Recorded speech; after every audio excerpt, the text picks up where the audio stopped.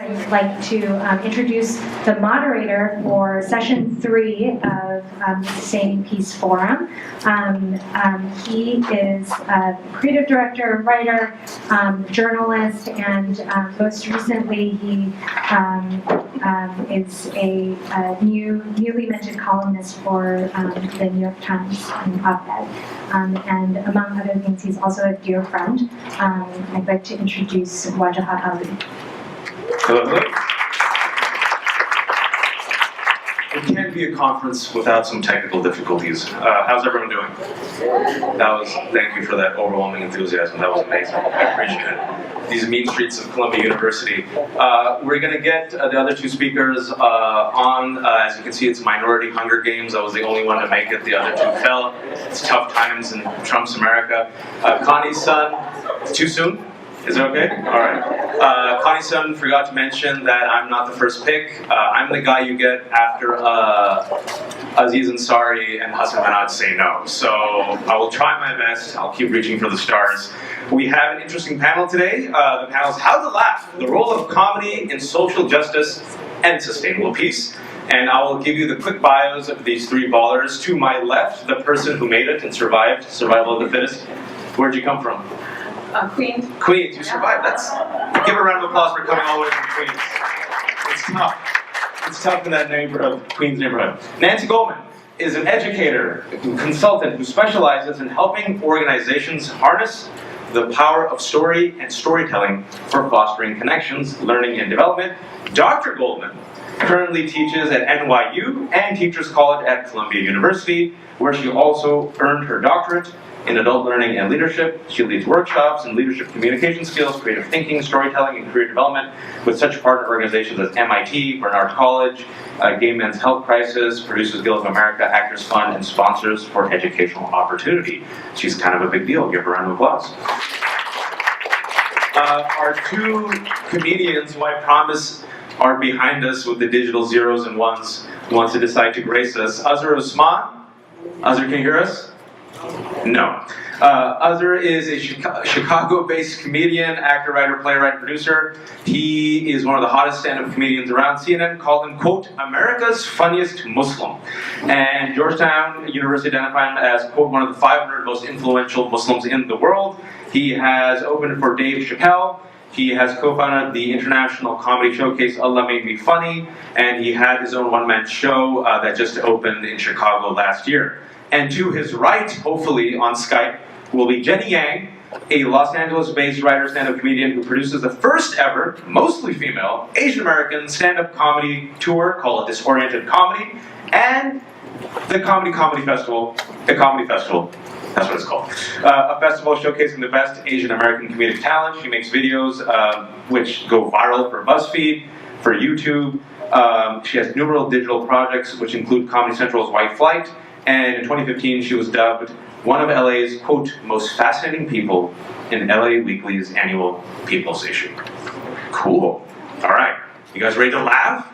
Ready to have a great time? No, it's going to be dark and brooding. This is one of those dark, brooding comedic sets. Okay, so I did some research for you guys because you're at Columbia, Ivy League, which rejected me. I'm not bitter. But now has paid me an honorarium to come back and talk to you, so karma is real, and it's brown, and it's wearing an expensive jacket bought by Al Jazeera America. Peace, according to Webster's Dictionary, is defined as the freedom from disturbance, quiet, and tranquility. And yet the role of comedians and humorists and satirists is often to disturb, to disrupt, to be loud, to agitate, and to upset. So, how can we reconcile the role of comedy in promoting social justice and sustainable peace? Nancy Goldman, to my left, has written an article which says that incongruity theory, she says, describes humor as, quote, an enjoyable experience of mismatch between what we expect and what we experience. Did I misquote you? No. Azhar Usman, who's in an underground bunker somewhere as the last modern Muslim on earth, in his one-man show, Ultra American, he describes his story as, quote, exploring the tensions and paradoxes surrounding the double consciousness of American Muslims living in an ever-polarized world. And Jenny Yang's entire life and being seems to be a paradox to many who form assumptions and stereotypes about her based on her appearance and her gender and her ethnicity, and then she opens her mouth and you're like, my God, she swears a lot and it's very funny. Dave Chappelle, in introducing his recent comedy special that just dropped, I think yesterday, said comedy, quote, is a reconciliation with paradox. Now, Donald Trump is president. That's not a punchline. That's the headline and that's a fact, not an alternative fact. But for many, that's also an enduring tragedy. But for others, it's hope to make America great again. And as a nation sitting here in 2017, I think we're still in the process of reconciliation, or some would say separation. So the first question, an easy one, how can comedians be agents of reconciliation in March 2017 America? Dr. Goldman. Easy one. That was a very long question. There were a lot of questions in your question. So, how can comedians be agents of peace and reconciliation? Sure. All right, no pressure here. Yeah. Well, some of the things that I like about comedy are that you put people in a room, complete strangers in a room together, I like this, from all different backgrounds, very pluralistic, very diverse. And a warm-up comic, typically, the person that's starting the show is a warm-up comic. Their job is to get the room all laughing all together. And that's no easy task, given that everybody has a different sense of what's funny, because you're really very subjective. So one of the things that I find really interesting and valuable about comedy is that it has this way of bringing people together and uniting people. That overwhelming sense, that wave of a whole bunch of people from all different perspectives laughing in one wave because they recognize what they have in common. You know, I know you're not this type of doctor, but the science, the right type of doctor, according to South Asians. But just keeping it real. You know, if you say, I'm a doctor, and like, oh, medicine, you're like academia, and then just tears start falling down their face, especially if it's children. Can anyone relate? Yes? Bueller. Jewish mothers are the yes, same. the same way. Yeah. Asian American mothers the same. But I've read that the science of comedy is that laughter lets literally us as human beings, it keeps our guard down, releases endorphins, and makes us more open to otherwise hostile ideas that we would not entertain otherwise. Is there a truth in this? George Carlin once said that people are never as open as they are when they're laughing. Like physiologically, you can see that like when we're laughing, our defenses get down, lower. Like, have you ever heard the expression double with laughter? It's because literally that we're physically double with laughter. And so our bodies are smaller, we're very vulnerable in that space. And simultaneously our minds are open. So it's a really great time when a seed for a new idea can be planted. Okay, so 5 people have died yesterday, and at least 40 were injured after an attacker, and he was named today Khalid Muhammad, I believe, drove a car, 52-year-old, not from one of the 7 Muslim majority countries in Trump's ban, not an immigrant, not a refugee, just saying, didn't use a laptop, didn't use a car, didn't use a cell phone, used a car, born in London, born in Britain. He drove a car along a pavement in Westminster, stabbed a policeman, who was later killed and died, and was shot, and then he was shot, he's still alive, by police in grounds of Parliament, okay? I don't see a punchline there. I see a tragedy. What's the role comedy can take in addressing this particular situation, which, I don't know if you guys have been following social media right now, has already been politicized by all sides. Nigel Farage of UKIP is on Fox News right now, and then Donald Trump Jr., the son, used a quote from the Muslim mayor of London, Sadiq Khan, from 6 months ago, attacking him. Sadiq Khan had said in a totally unrelated article out of context that, you know, essentially citizens should expect these type of attacks in a major metropolitan city, but we will be resilient. Donald J. Trump decided to tweet that right after the attacks instead of solidarity and empathy. We're seeing the right wing run with this and say, look, the enemy is Islam and Muslims.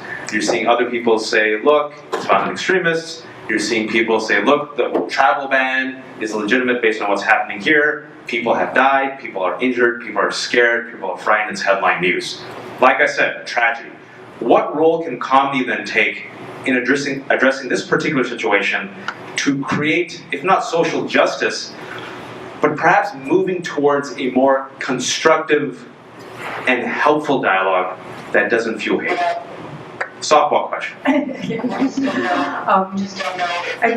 guess I just want to acknowledge that there's a time and place for comedy, and comedy went really dark after 9/11 terrorist attacks.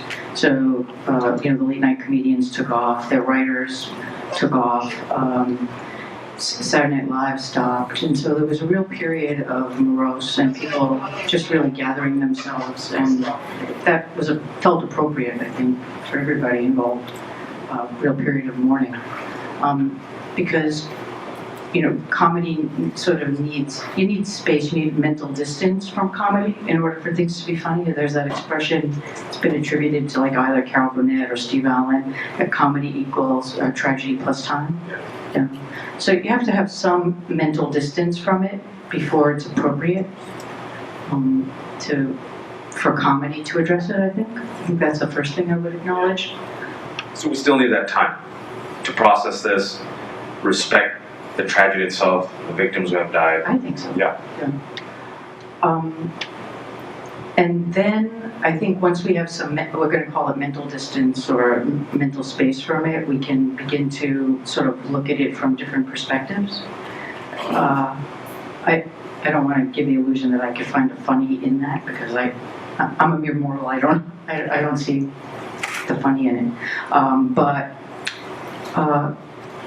comedians can help us to see things from different points of view and highlight that which is absurd in what's going on in the world. So I think those are two ways that they have in helping us to sort of make sense of things. And we're talking about mental distance, and we were talking about sustainable peace. I think conflicts in the regions. My family's originally from Pakistan, right? I've gone back oftentimes. What people fail to realize is, this dour stereotype of this angry Muslims and angry brown people, but they're actually really funny, and they operate with gallows dark humor because they are facing violence on a daily basis, right? So I'll give you an example, like Karachi, which before 2005, bomb blasts and terrorist attacks were not a common feature in Karachi or Pakistan. Now I know that's the headline news, but we always thought that used to happen in the Middle East, in Palestine. Now you go to, literally I was in Karachi 4 years ago. I had eloped with my wife in America, so when I went back to Pakistan to visit, my grandmother would not stand that we eloped without having a proper party. So she hijacked me and hijacked my wife. They took her to get ready, they took me to get ready, and we come back to the home and all of a sudden there's like kebabs and a tent and like 200 people I've never met. True story. I'm not making this up. So and my grandmother Nani, she's like, "You are my first grandson. There is no way we're not having a party. You cannot cut our nose twice." And as we were having this conversation, we all hear a boom explosion. It was outdoors. I'm like, that sounded like a bomb blast. This is what people did. Anyway, they moved on. My uncle was visiting. He gets a text. He goes, "Yeah, there was a pipe bomb blast. We were on the way, but now it's backed up, and we can't make it. But we wish you well. We're 2 minutes away. Now we're 2 hours away. Bye." And life, it moved on. And even when it comes to bomb blasts in the market, people go, "Oh, there was a bomb blast in the market. Well, I'll go 2 hours later because I need to get cilantro." And then some people make, some dark humor in the sense that we had to rush against traffic because there was a strike and we wanted to make a play. So we go against traffic as everyone's going home because we wanted to make the play. And my aunt, of all people, who wears the hijab and the niqab, she goes, I'm like, "Should we go back home because there's risk of violence?" She goes, "I go to the street every day. If they gotta kill me, they'll kill me. Whatever, I'll survive. Let all these dirtpokes," this means cowards in Urdu, "let them go home. We're gonna go to the play." And it's like, you guys are laughing, and I was kind of laughing too, but this type of dark humor is a way of processing, to me, this unbearable pain and tragedy. And so you're talking about mental distance, but what about those individuals in those communities who can't afford to have the distance because it's in front of them every day. They live through it. How can comedy function for those communities who don't have the privilege, like all of us, to say, oh, we'll get a 1 week sabbatical from joking about 9/11, then we'll come back on the airwaves, when they're experiencing their own 9/11 every day? Yeah. I mean, that's a real phenomenon, and we see that in, we'll call it gallows humor. I mean, we saw that in the Holocaust, right? There were Jews who were able to find the funny in the midst of that very horrible time and tragedy. And I've heard stories about like surgeons, people operating in life and death moments and using humor just as a means to cope with the very seriousness and stress that they're under. So I would say in that case, humor is a coping mechanism, and I think it's, I don't know, maybe an attitude or a mindset. It feels like a lame answer to give during such tragic times, but. No, but people use it, right? People, and I'll give you an example. Look, you said Jewish Americans, and I had this question written. To me, it seems an observation that those communities that suffer the most, this is just my personal observation looking at American humor, I would say if you had to label two groups who have contributed greatly to comedy and pop culture, I would say Jewish Americans and African Americans. I don't want to get into minority suffering contest, but I think we could all say that they have suffered. They have suffered a lot, but they've also produced some of the best art and the best stories and the best comedy. What's that marriage then? It's almost like the best art and the best humor sometimes comes from this marriage of love and pain. Pain. Explain pain as that ingredient that potentially could take humor to the next level. You'll hear comedians talk about having come from a place of pain and or adversity. So there's something that they've overcome. And I found that a lot of the comedians who come from some form of oppression, and that's what you're talking about, right? The Jewish or the women, or women in the 70s or blacks in the 60s, that they use that oppression as a way to get out of the oppression, right? They give voice to what they're feeling, and call attention to it, and use it as a way of getting out of the oppression. Is it personally, you mean? Is it a way to personally cope or deal, to rise above it? I think for a lot of them it is, yeah. So, how would you say then Trump's America, right? Yeah, Some people say it's not Trump's America. A lot of people are. I'll give you an example of what Trump's victory did to some people. I happened to be in New York. I was covering the elections, and one of my friends, a Latina friend, who studied here at Columbia, really nice person, Connie knows her as well. This is what she said, right? She wasn't joking, she was in pain. She said, F the Trump supporters, we will outbreed these people. And I'm like, should we empathize with them? He goes, fuck them. I'm not empathizing with them, we will outbreed them. We will outbreed them. I'm like, maybe we should get to know rural America. I'm like, nope. These people, these mother effers are perfectly fine. She went on a rant, right? Another friend of mine, she's South Asian, she just became a citizen, very sweet person. She literally says, I think I've become radicalized against white men. And I'm like, what? She goes, I can't help it. I see white people, I get very angry. I want to punch them in the face. Like the nicest person. So I'm de-radicalizing my sweet, friendly Pakistani, female friend, right? Who's still dealing with anger. And then she came up to me last week, she goes, I was at a party, and this white guy said something really stupid, and I want to punch him in the face, but I didn't. Are you proud of me? I'm very proud. Baby steps. But tying it back to 9/11, which for many of us was a painful, traumatic moment. I'll speak personally as an American Muslim. I was 20 years old, senior at UC Berkeley. The two towers fell here, but it reverberated across the world, right? And the magnifying glass went on specifically Muslims. And it became a civilizational conflict, right? First it was just like the West versus this brown bouillabaisse of people in the Middle East who Chuck Norris kills. Now it's become the West versus Islam. I'm sure you guys have heard that framing. And as 20-year-olds, we were like, holy crap, what do we do? Everyone's asking us to apologize and condemn, and they want us to be experts on the Quran and Islam and Hakeem Olajuwon and Hamas and Hamas. And I was 20 years old, we were exhausted, and you had to be walking Wikipedia experts on all things Muslimy, and even to this day it seems like you had to be a Muslim fireman. It was exhausting. But what I realized then is it created a small renaissance. Because Azhar, I hope we can get him, Azhar was an attorney at that time. And right after 9/11, Azhar leaves law and says, I want to be a comedian. My generation, I know we joke about this, but honestly, the Trinity was doctor, engineer, businessman, failure. Right, that's it. And so all of us went into law. Like it just was unconscious. We all became lawyers. Like I became a lawyer eventually too. Social change. We got storytellers, comic book artists, poets. Like this all happened after 9/11. Oh, there we go. Whoa, that's who is this? Does the machine speak? Is this Ghost in the Shell? Oh, hey, perfect timing, Azhar. Thanks for coming on time. This is a Muslim Standard Time, Asian Standard Time. Stereotypes are being perpetuated as we speak at Columbia.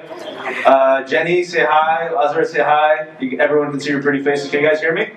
Hi, can you see us? We can see you and we can hear you. Azhar, you look terrifying in your underground bunker with a lot of space.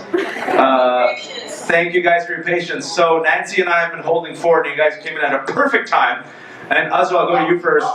You could hear some of the discussions. So we're talking about 9/11 as a pivotal moment. We're talking about pain and tragedy as what some people say. Making fun of 9/11. We have not made fun of 9/11 yet. Just kidding. We're talking about pain and tragedy as what people see sometimes as fuel and ingredients for sometimes the best comedy.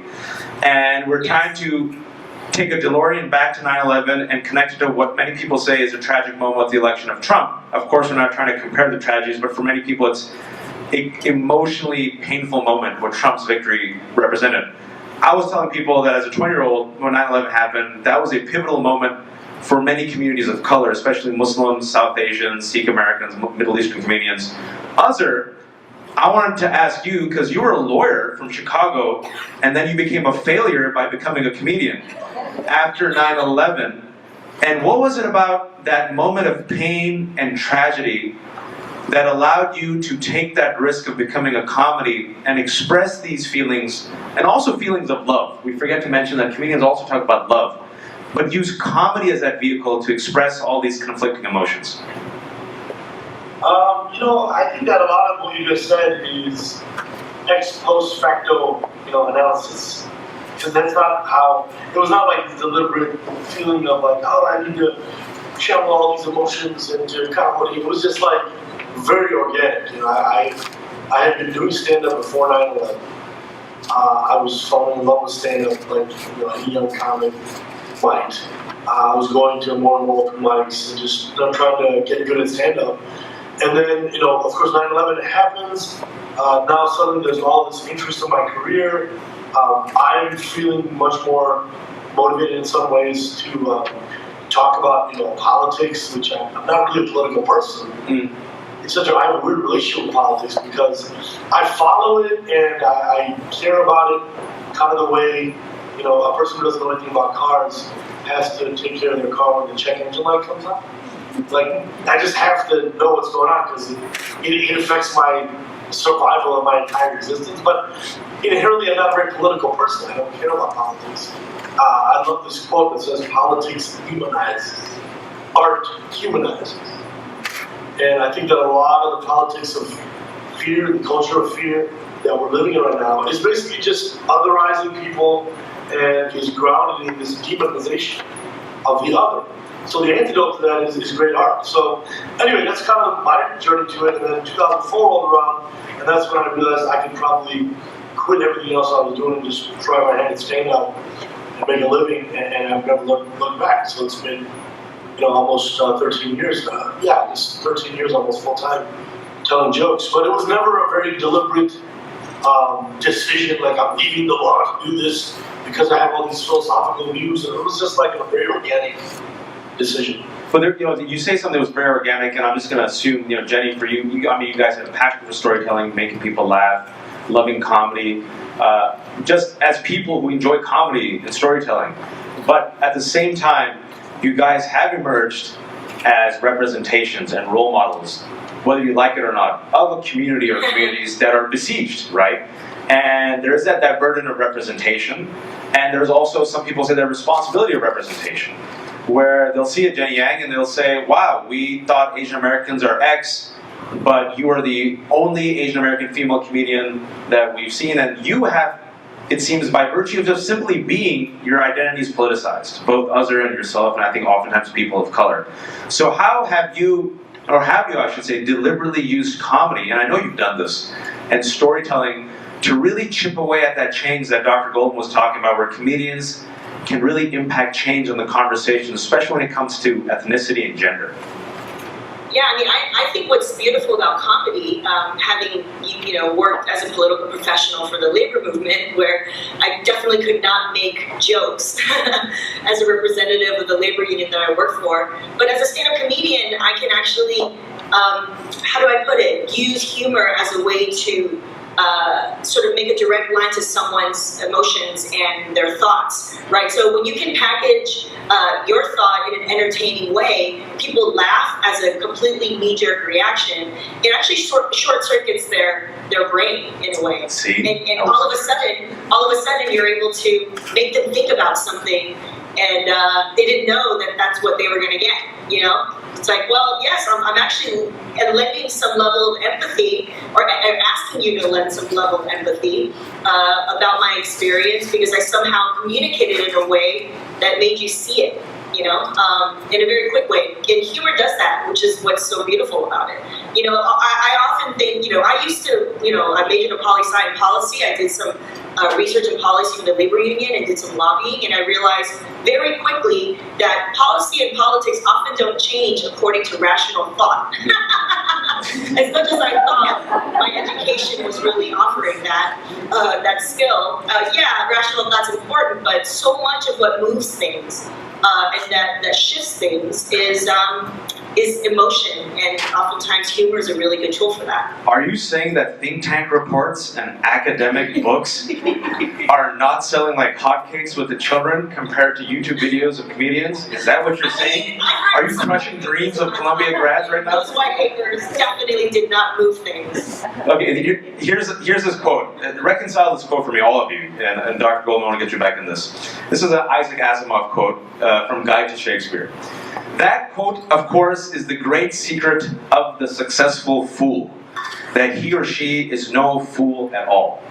Now, speaking about Shakespeare, Shakespeare used fools, but the fool in King Lear, who was the one to call it out, by the way, he called out everybody. He was like the most astute individual.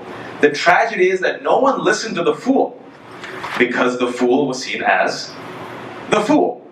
And he was ignored. And so, yes, we're talking about the strengths of comedians as being these storytellers who can help impact change, but is the strength of the comedian that he or she traffics in silliness and absurdity and satire and is seen as a comedian also sometimes one of the enduring curses that people sometimes don't take you seriously even though you're communicating serious truths? Anyone jump in? I think that Donald Trump is seen as a fool. I think that we said a lot of the same things about George Bush. Yeah. People said he was a fool. These people changed the world. George Bush, it's so interesting because I was recently looking at some old articles from around George Bush and Gulf War, when they were talking about invading Iraq. And you may recall that he was, those people who have a clear recollection of these events of that time, you may recall the way he was talking about the UN, just being this, defunct organization that, doesn't even have an army, why do we have to listen to the UN to really do anything anymore? He was saying pretty outrageous things, and Trump is like Bush remixed. He's the new and improved version, and we conveniently forget. Part of the curse of 24-hour news cycles is it creates a cultural amnesia. A collective cultural amnesia, where as soon as something is washed out of the news cycle, it's like it didn't happen, But actually, a lot of the same feelings that we're living through now actually were around. People just immediately seem to have forgotten. But my pushback to that, and Dr. Goldman and Jenny, is that Trump and Bush are not intentionally trying to be fools, right? Even though we consider them foolish. The argument is what you're saying. That's the conventional wisdom. The counter argument is, no, maybe they're using, exactly as Shakespeare says, acting like a fool to great effect. So you think it's intentional? It's a tool in and of itself to be foolish, whether or not it's based in actual argument or thought, or actual genius. The tool itself can be used, and I think that's what Trump has done. The tool of tomfoolery. Well played, Jenny. Well played. Dr. Goldman. Stephen Bannon's probably an even better example. I mean, the Bible says the corrupting influences of the human heart are money, power, and fame. Okay? This dude killed it on Wall Street, money. Killed it in Hollywood. People don't realize Stephen Bannon made his fortune off Seinfeld. You know that? Yeah. And Goldman Sachs. Yeah, and he went to Goldman Sachs first. That's one. But he's not elitist. He goes to Hollywood, makes his money at Seinfeld. Now he's in the freaking White House. Like, money, fame, power. This guy is a triple threat. Straight up OG. I mean, Bannon doesn't get enough credit for I think you can tweet that. Azhar Usman says Steve Bannon is a triple threat OG. Guy doesn't get enough credit for being an evil genius. He's like a cartoon villain. Do you think he twiddles his thumbs when no one's watching? Excellent. No, I think he's less of a twiddle thumber. He's more of the two hands, fingers together. Ah, yes. And is Stephen Miller the cat stroker? Or is that? Someone stroking the cat. Yeah. Dr. Goldman. Probably Donald Trump. But I had a joke there, but I won't go there. Go ahead. That was a clear grab pussy joke. Yes. Thank you for the subtlety, Jane. Someone had to do it. This is the point of a comedy and peace and sustainability studies panel, right? I wanted to go back to your original question because we inherited this history of the court jester who was the fool, Right. with this idea that the average citizen can have the power to make fun of those in high office. And what I like about comedians is that they are average citizens, and some of them I think it's sort of a spectrum. Some of them I think dabble more in tomfoolery and slapstick. The Three Stooges or Abbott and Costello or Henny Youngman back in the day. But ever since the 1950s, comedians have been really part of the social fabric that makes up some of commentary, like social commentary and political commentary. And so those that's on the other side of the spectrum, Chris Rock or Jon Stewart or Stephen Colbert, I think are really instrumental in playing that role of the citizen that it's criticizing the higher court.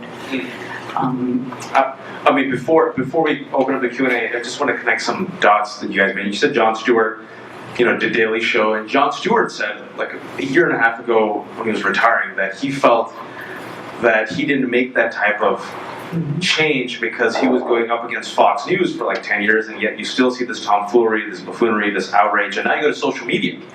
And social media has been a vehicle for many people of color, many minorities. I discovered Jenny Yang on social media, right? And she's helped disrupt the narratives. But at the same time, social media has been a vehicle for outrage, shock, hate, ridicule, mockery. And so I'm curious, because social media, it seems to many, has amplified not necessarily healing, but the former, disruption, outrage, and mockery. But how can it be used, and how can comedians use it to create, if not sustainable peace, but at least some healing? Is it at all possible? And Jenny, I want to go to Jenny first, because I know you've been very successful in using it as a platform to get your voice out there and to create a community of like-minded activists, comedians, storytellers. Yeah, using social media has been incredible to find community for me. Like I said, I used to actually go and walk the halls of administration for Los Angeles County with all of the board of supervisors with my power suit. And I definitely felt, as a representative of a labor union, I felt very hamstrung to, following certain type of points, using a certain tone around what we needed to advocate. And so as a stand-up comedian, I've been able to completely forget about that. As a stand-up comedian, I'm able to simply make an observation of a truth to make people laugh, but it's the truth. Sometimes that's all we have to do as comedians. And I don't have to care about the tone. I don't have to care about what colorful language I use in order to make that point. As an advocate of a union, that I would have had to be concerned about that. I could have been fired for something like that, to say grab my pussy, trigger warning, sorry. I mean, like, honestly, like that, I couldn't have said that in my capacity representing a political organization. And for me, that's been the power of the truth-telling that, sort of the truth-telling aspect of being a comedian. But the vehicle of social media in particular, especially as we're talking about peace and healing and bridging the divides, it seems to many talk about the healing part. It has been a cauldron of the opposite. I'm not a student of peace and sustainability studies, but I am a student of wanting the world to be a better place. Myself as a practitioner, as a student activist, and high school little leader, and until now. And I think for me, we have to people who care about peace is like Stephen Bannon does not care about peace and sustainability. I'm just going to assume that. Okay, so I'm saying I'd like to say I'm under this rubric of peace and sustainability. I care about social justice, and what I think is people who care about peace and sustainability need to know that there needs to be disruption and sometimes some unrest in order for peace to happen. And I think because justice is not necessarily the absence of comfort. Does that make sense? So I think that's why being able to call someone out through humor is so powerful, because honestly it makes us feel like we're less crazy. If we're saying the emperor has no clothes, someone has to say the emperor has no clothes. Otherwise we're just gonna go insane, right? I mean, I feel like that's part of the healing that we need to have, the part of the self-empowerment that we need to have, so that we can be emboldened and go out and actually do things. So, I mean, that's sort of my argument, my very amateur, non-professorial argument around, we need to say things that are uncomfortable a lot of times in order for us to have some kind of sense measure of justice. You don't sound that crazy, Jenny. I'm going to let Azhar and Nancy jump in, but I have to open up to Q&A first. And so Q&A, questions for this illustrious panel. Yes? Hi. Hello. My name's Julian. I'm in Columbia College. I'm a junior. I had a question about what do you all think about social justice movements today? So I'm a history major, and I'm researching a lot of social justice anti-war movements in the 60s. And I found that there was a lot of connection between comedy and social justice was very much alive. So you had people like Allen Ginsberg, Abby Hoffman trying to levitate the Pentagon, doing a lot of cool, funny stunts in the name of very serious social justice ideas. But if you look at some of social justice today, I'm thinking about the social justice community of Columbia University. It's very powerful, it's very passionate, but there isn't a lot of comedy in it. And I wanted to hear what you all think about whether we think that social justice today is a little too serious or if there's room for comedy. Go for it. Dr. Goldman, since you're teaching at Columbia. Thanks for that question.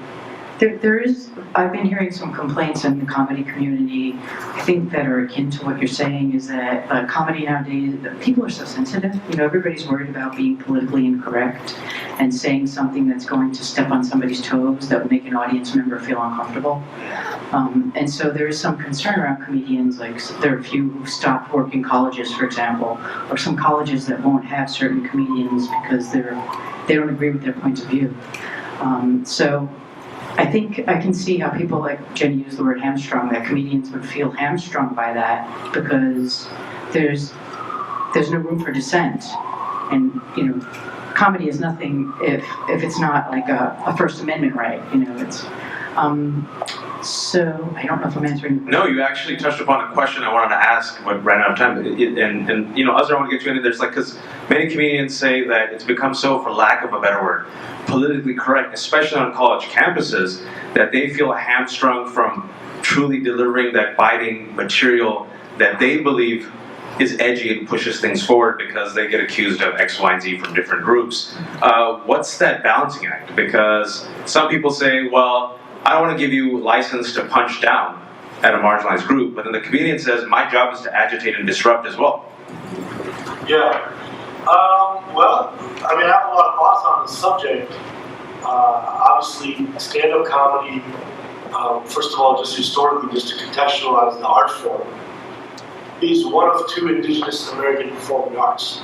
So jazz and stand-up are the two art forms that, basically American artists have given the world. It has always been an art of protest. the history of jazz and stand-up is actually highly intertwined. And so, as an art of protest, you'll find that the great stand-up comedians who kind of pioneered this art form, Lenny Bruce comes to mind, Dave Gregory comes to mind. It's basically a crew of Black American and Jewish American stand-up comedians. And therefore, they always were agitated. They were always making, audiences uncomfortable. Dick Gregory is noted as the first ever black entertainer in American history to perform for all white audiences, flat-footed. Think about what that means. Before Dick Gregory, if you were a black man with a microphone talking to an audience of white people, you were shucking and jiving, you were dancing, right? So this marks an incredibly important shift in just the respectability politics and the visuals and the psychological power of just, hold on a minute, I'm going to talk to you as white people, as an okay? So it has always been accurate. Now what is happening now on college campuses and where the discourses move is that, basically white Americans today, right now more than ever, have been forced to confront a legacy of white privilege, of white supremacy, of just the untold benefits that they enjoy because of their whiteness. That, quite frankly, was the default state. Nobody talked about it. It was as pervasive as air. And shining a light on it and getting people to see it is making a lot of people very uncomfortable. It's making white people uncomfortable, who are feeling their power and their comfort threatened, but it's also making a lot of non-white people uncomfortable because a lot of people don't know how to talk about these things in a way that is embracing the new reality. So I would say we're kind of in this transition phase in American culture, and it'll be interesting to see where it goes, but never forget, the art of stand-up is born as an art of protest, celebration of free speech and the First Amendment. So anything that tries to limit free speech and tries to, in the name of being polite or being respectful, or whether we give a label to it like trigger warnings or safe spaces or what's the other term that's hot? College, really big on college campuses. In any case, the point is, all of that is great. I welcome the idea of trying to help students navigate the new reality in a respectful, healthy, empathetic way. And at the same time, I'm very aware that this art form is all about free speech, all about agitation. The Milo Yiannopoulos attitude, Milo Yiannopoulos. Very well done, Azhar. You get a cookie for that. Well done. The pedophile, the gay pedophile. The guys like that are not going anywhere. He's just going today. He got knocked out of the box because there's going to be another Milo. There's going to be another Spencer. There's going to be another. The haters are there's a steady stream of those guys coming. So I feel like we're in a transition phase. And to me, I'm just kind of interested. I'm interested to see how it unfolds. I think the bottom line, book us on your campuses. What's that? Can you repeat that, Jen? Hire us as stand-up comedians, and we love you. That's the bottom line. But it's a question how, because you guys have worked in so many different fields, right, as professionals. Jenny in particular, how do you, I know you said hire us and they should, but how do you, tell these, I can tell you in DC, it's the think tanks, it's the same thing. When it comes to government circles, if you crack a joke, people are so relieved. There's an exhale in the room. I'm like, you can take off your jacket, they're like, we can be humans? Awesome. How can you introduce storytelling and comedy in particular in these circles, which obviously desperately need it, and we've already, I hopefully, have made the case where it can be useful, which is often so resistant to this art form? Yeah, man, I'm telling you, I know so many academics, I know lobbyists, I know people who work on political campaigns, I still know union people, I know so many nonprofit people. When I've talked to them in a public forum like this, the first thing I talk about is, can we just make shit less boring? Can we just not make things so yawn-inducing? If we really feel so passionate about our causes, let's inject some of that emotion, let's inject some of that passion into the actual communication of it. Does that make sense? Don't make shit look ugly. Hire a good graphic designer that makes it pop. Hire a communicator that will not just think about the typical jargon you use when you write grants. Can you just made things accessible, you know? Like, I think the best part about being a stand-up comedian is you can care about all the stuff in the world, but your bottom line criteria for being a stand-up is you gotta make people laugh. You gotta keep their interest, okay? And that's actually a really huge lesson and a bit of training that I really take to heart, especially when I think back to what we had to do to be persuasive in politics. And so that's the first thing I would recommend for anyone who cares about getting people on board. How do you use emotion and story in order to get people to be persuaded, to see you as one of their own, to see you as someone who's a human? That's the only way that they can be on board. And by the way, my roommate, she works for the LA Gay and Lesbian Center, and she works on the political campaigns that, if you've heard on NPR This American Life, are the ones who've been spearheading with academic analysis to prove it. How do you have persuasion conversations so that you make people not hate gay people? And it's working. You know what? And you know what the solution is? You appeal to their emotions. You make them feel like they know other gay people who are worthy of their empathy.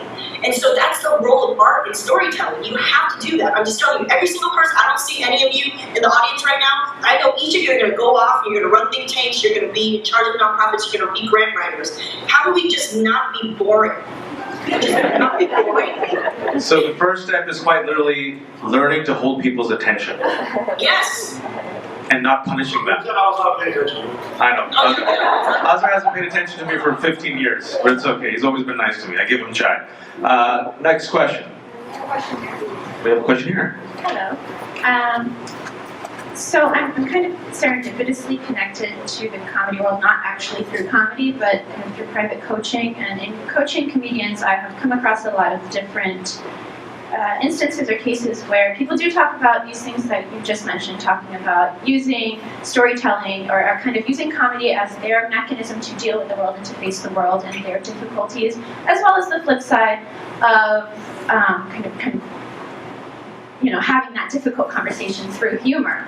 And so that all kind of brings me to wonder, Peter Sandman is a professor at Rutgers, I think in environmental journalism or environmental science and journalism, something like that. But he says that his idea is that risk equals hazard plus outrage. That people, on one side of things, experts sensationalize one side or one point of an actual situation, while the common sensationalizes another piece, and then we have this big, eruption of emotion and worry and concern. And so my question in all of that is, thinking about something like that, how can comedians, what are the mechanisms by which perhaps comedians can use comedy as a conduit to maybe mitigate some of that outrage that the common public does feel in certain situations that have been sensationalized by the media or by experts? Comedians as mitigators. That makes sense. I hope it makes sense. Comedians as mitigators of outrage. Interesting. Okay, and I didn't hear the beginning part. So you're saying that there's outrage on extreme ends through media and other things. So what role can comedy play in that? Yeah. So there's Peter Sandman's idea is that the actual risk, the actual amount of risk in a certain situation is not necessarily, the way people experience it is not based on how much risk there actually is, but rather how, they base it on emotion or on, what they see in the media or how things are sensationalized. They base it on trust, they base it on a number of different factors, rather than the actual amount of risk that is present. So how can comedians use their art as a way to kind of mitigate some of that outrage that's experienced by the general public when it's maybe not so necessary? Well, yeah, I have some thoughts. Go ahead, Jane. No. I just couldn't hear all of the words, so you go ahead. Well, no, I think that it's a great question. I would just make the following observation. The point that you raised, and then asked the question based on the point, that point which you attributed to the Rutgers academic, is that his observation is based on an assumption.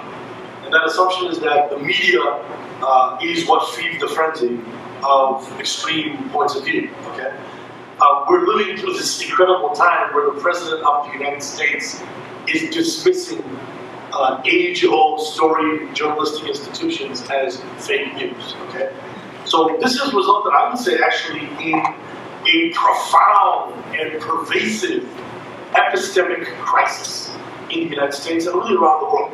people don't know who to trust, who to believe, what's real. Literally, we're using the terms now, alt facts, post-truth. Fake news. Fake news, okay? Post-truth, think about what that means. We're living in a time where the truth is over. We're not worried about what's going on. So it's an absurd type of existence, all right? In this context, for people to feel like, yo, I don't know who to trust, I don't know what's right anymore, definitely the losers, I think media-wise institutions, are the more extreme voices. Over time, intelligent people figure out that extreme voices are most probably wrong. Now, if you continue to be a crazy fanboy for an extreme media outlet, that's probably you're not a very intelligent person. Because intelligent people balance their ideas and their conception of the truth based on exposing themselves very deliberately to opposing viewpoints. But you did say Bannon is a genius. People who only hang out with like-minded people and only talk in their echo chambers to other like-minded people actually, it's shown through school science, become more extreme in their view. Because they're just constantly being validated in their ideas. Exposing oneself to viewpoints is a huge factor in arriving at a balanced, nuanced understanding of the truth. And I would say, in conclusion, based on all of the above, what role does the comic have?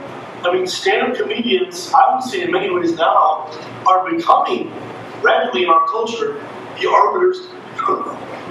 People are looking to great comedians and listening very carefully and kind of deciding and defining how they relate to the world and how they relate to media based on their favorite comedian, whether it's CJ or Chappelle or Joe Rogan or what have you. So comedians are somebody finding themselves with a lot of potential power that I just hope they use responsibly. So do then comedians have a responsibility in that to oppose both sides, or where does that line So, blur? were you guys able to hear the question? The follow-up question was, do comedians have the responsibility then to toe both lines, or where's the line, if there is a line? No, comedians are not elected representatives, you know what I mean? Comedians, if we got in this game so that we could represent what we care about. And so, if you support us because you believe in what we value and the messages that we try to share, then, buy our tickets, support us, I think that's part of it. I think the other thing is, we can't, our job, my job, as much as I'm an Asian American woman, a lot of my audiences are Asian American audiences of color, queer folks. My job as a comedian, I see it as trying to be as accessible and as funny to as many people as possible. I guarantee you talk to any comedian, they will say that they want to be funny to as many people as possible. And so if we're able to do that, if we're able to improve our craft well enough so that we can do something that reaches so many people, I think that's very powerful. When we did a BuzzFeed video, when BuzzFeed video first started, I don't know, 3-4 years ago now at this point, where they're figuring out the viral format, I happened to get in there and do a video called "What If Asians Said the Stuff White People Say."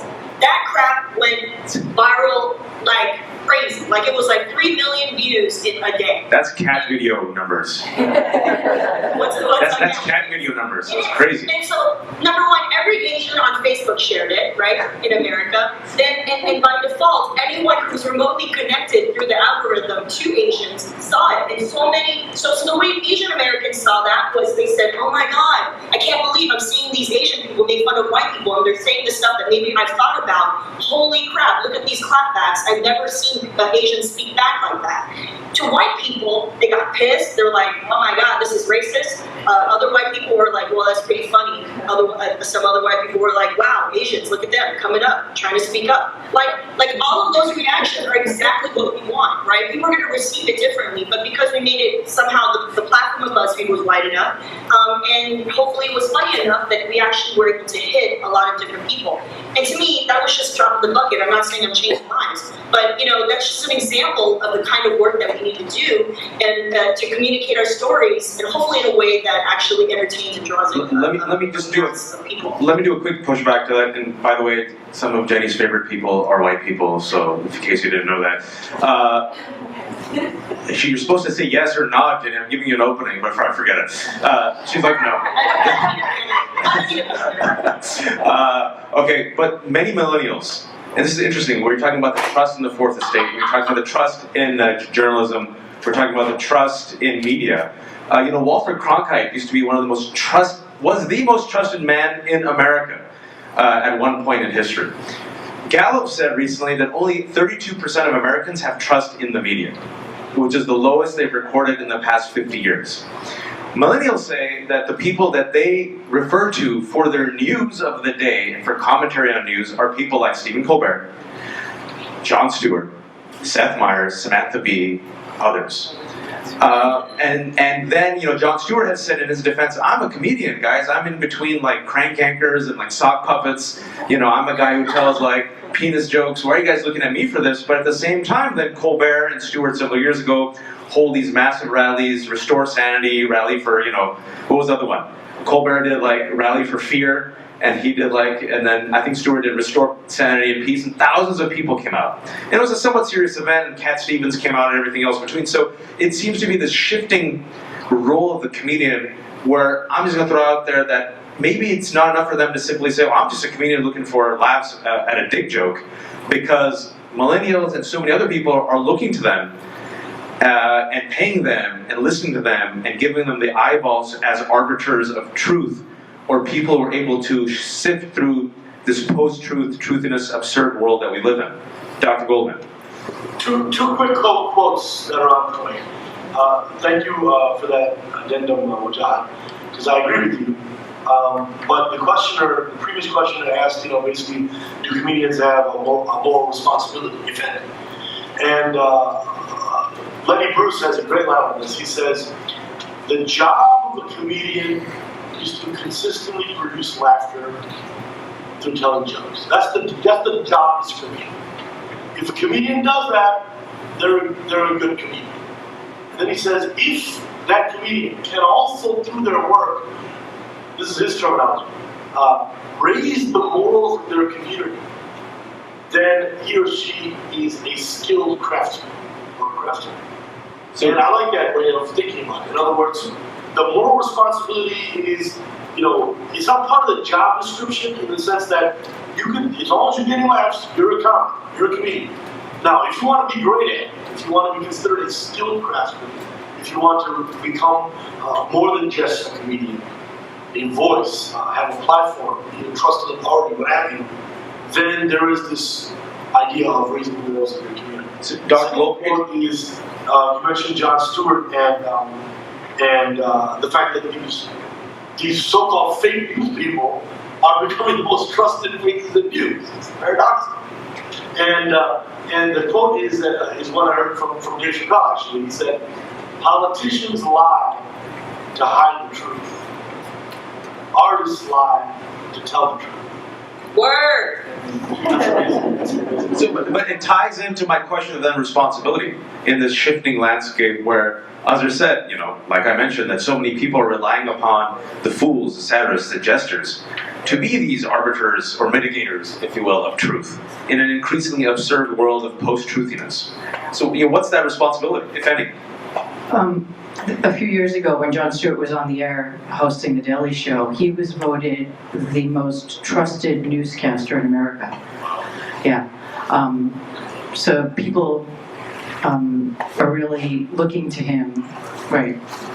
So I think that their responsibility is to the truth, and I think of them as truth seekers. And just to build on the Lenny Bruce quote, this is back in the 1950s. Lenny Bruce said, I was a surgeon with a scalpel for false values. And Richard Pryor, this one I wrote down, my job as I saw it was to throw light where there had been only darkness. I was John Wayne taking up the fight for freedom and justice. So I think when they're doing it well, they're doing it in like a bipartisan way. They don't have a commitment to one side or the other. They're speaking truth to power. So typically a satirist will make fun of people in power. You don't typically see a comedian make fun of victims or people who are disabled, right? Because they're powerless. So typically a satirist will look towards mocking foes who are in control, whether that's Democrat or Republican. Final question.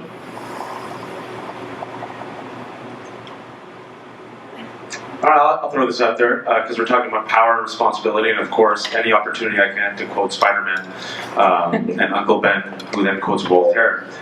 With great power comes great responsibility. And Jenny and Azhar and you, Dr. Goldman, I would put you in this. You guys are, for better or worse, I would say for better, comedians, storytellers who have an increasing global audience thanks to technology and social media. You guys are also representatives of oftentimes marginalized communities who are footnotes or stereotypes or sidekicks, humiliated and mocked. And whether you guys like it or not, oftentimes when you get on the stage and grab the mic, that is the first interaction that people have, not only just with you, but what they assume it represents all your communities and all those voices. I think there's a lot of power in that. With this power, assuming you admit that you have some power, what do you think is your responsibility as a comedian in 2017 America to push towards healing, justice, and peace? And you can say, and an obvious answer is, I don't have any responsibility, go screw yourself, buy a ticket, laugh at my jokes. That is one answer. I'm not going to give that answer, but I still have to think about it. Azhar, do it, go. I mean, it's a very personal question. You can let it marinate. Let the masala go on the tandoori chicken for a bit. Let's out to dinner first, Wajahat. You guys tell me about my life's purpose. I think that there's definitely an urgency that I think a lot of us are feeling in this country, in this time. There's a lot of tension. There's a lot of scary possibilities, nuclear war. So I think I see myself as a human being first, before I'm a comedian, before I'm an artist, before I'm a Muslim, before I'm even an American. I'm a human being. And as a human being, a citizen of Earth, there's so much happening that is kind of us as a species going in a really wrong-headed direction. That's in my judgment. So, kind of sounding the alarm about that and trying to promote a more sane view of human existence is what I take the most. And by the way, that's why I have a love-hate relationship with social media and technology. Technology, and I think more and more, critiques of technology are starting to come out in a much more sophisticated way, much more interesting works of art that are exploring what are we doing to ourselves. We are taking for granted the smartphone as if it's made us smarter. It's actually made us arguably worse off as human beings, right? I mean, it's so very strange to me that Steve Jobs wouldn't let his own kids play with the iPad. One of the most addictive devices in human history. And we're, by the way, a species that is on the verge of virtual reality. Virtual reality takes over, and AI and the robots are coming. The singularity is going to happen in the next decade or two. So we are living through a very scary, weird time, and I don't know that all this technology is good for the human soul and for the human heart. I don't know. I often wonder if I'm making a big mistake by not just unplugging from all this and just going and living in an underground bunker. Like the one you're in right now. What's that? Like the one you're in right now. Right, precisely. I mean, it's funny. I have a friend of mine that's like, dude, people look at you and think you're the guy building the bomb. You're the guy building the bomb shelter. So, I mean, Azhar thinks Skynet will be operational anytime soon, but comedy is still a way to push things forward. Jenny, same question to you. Yeah, I feel like I feel two answers very much all the time. The first answer, because I do feel the level of the sky is falling kind of anxiety that Azhar just communicated. I do feel that. One thing I feel about whatever responsibility I have as a comedian is we're already fucked, it's too late to turn this thing around, let's just laugh. So there's that, okay, so there's that. Well, I call that dancing on the Titanic. Yeah, let's dancing on the Titanic, let's fucking rumba the Titanic. That's one. The second thing though, I'm not a complete cynical fuck. So I actually do want to live my life with some purpose and meaning, and I want to chip away at the idea that we have some hope to steer this thing a little bit, and that we have some level of free will and control, and that if we do have to, sort of convince each other of joining together in collective action, exercising some form of leadership, that we can actually do something for the better. And so that's I do think about that. Like, I don't think every comedian thinks about that. I wouldn't say that every comedian thinks about that, but as someone who from the very early on realized that that I was politically aware. I can't go back now. I've seen things. I know what the matrix looks like. I can't unsee it. Whether or not I'm a political professional or a stand-up comedian, those are the values that I'm going to live by. And so that means that when I tell a joke, I will think about the consequences of my words. I think about, who do I harm? If it's making fun of white people, and you know what I mean? If it's other people, maybe that's a joke. But I'm just saying, I do think about who am I harming? There's always a target in comedy. Who is my target? And I do think about that, and I care about that. And so, a really good example is right now amongst stand-up comedians who care about the world. We're talking about Dave Chappelle's recent double, comedy specials that dropped on Netflix. Take a look at it if you want.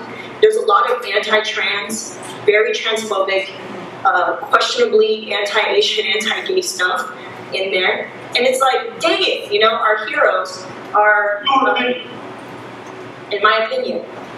Sorry, this is my opinion. And I have to say, as a stand-up comedian, I think as people who have a public platform, especially if you have some measure of power, and I'm not Dave Chappelle, they should be open to criticism because their words matter and their ideas matter. So that's what I have to say about that. And in Jenny's Facebook post on this, if you're her Facebook follower, there's a really interesting thread. I encourage you people to read it, where back and forth community members are talking about the questionability of these jokes and whether he's allowed to make it, and whether he's punching down or just simply working through it through comedy. It's very interesting and fascinating. Final word, Dr. Goldman.